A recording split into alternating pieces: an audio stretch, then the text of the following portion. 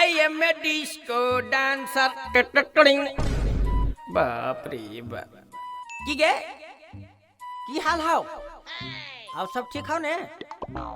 अजाए ना जब जब निर्बान से हमरा देखता ऐसे ही करता लगा है कि एकरा नियन हमरा मिलबे ना करता है। आगे मिलता तो जरूर गे, लेकिन हमरा नियन नहीं है मिलता।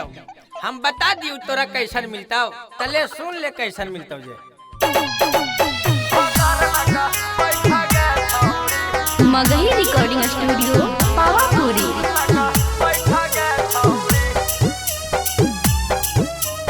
Music by DJ Vikas Sitamarhi.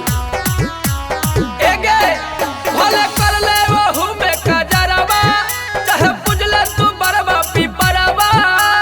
पुजले तू बरवा पिपरवा, भले कर ले वहु में कजरवा, चाहे पुजले तू बरवा पिपरवा। गे छौड़ी ये गे छौड़ी मिलता देवलिया के गोइठा भातार नका बैठा। गे छौड़ी ये गे छौड़ी मिलता देवलिया के गोइठा भातार नका बैठा। गे छौड़ी एगे भातार नका बैठा। गे छौड़ी नका बैठा। गे छौड़ी डीजे विकास मटियार कला सीतामढ़ी। मिलता देवलिया के गोइठा भातार नका बैठा। गे Magahi recording studio Pawapuri. Magahi recording studio Pawapuri.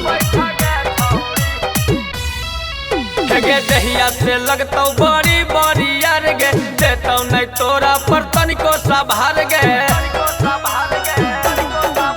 गे दहिया से लगतौ बड़ी बड़ी यार गे, देतौ नहीं तोरा पर तनिको सभार। ओला रहतौ नहीं करे के इलिंग, बाकी उ रहतौ भाठा के चिलिम। गे छौड़ी ये गे छौड़ी मिलतौ देवलिया के गोइठा भातार नका बैठा। गे छौड़ी ये गे छौड़ी मिलतौ देवलिया के गोइठा भातार नका बैठा। गे छौड़ी भातार नका बैठा। गे छौड़ी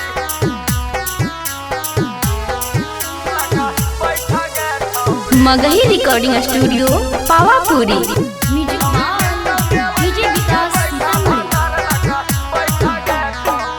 गे जगले जगल छौड़ी हो जैतो भोर गे, रुकतौ नहीं तोरो ठेहुनमा से लोर गे। गे जगले जगल छौड़ी हो जैतो भोर गे, रुकतौ नहीं तोरो ठेहुनमा से लोर।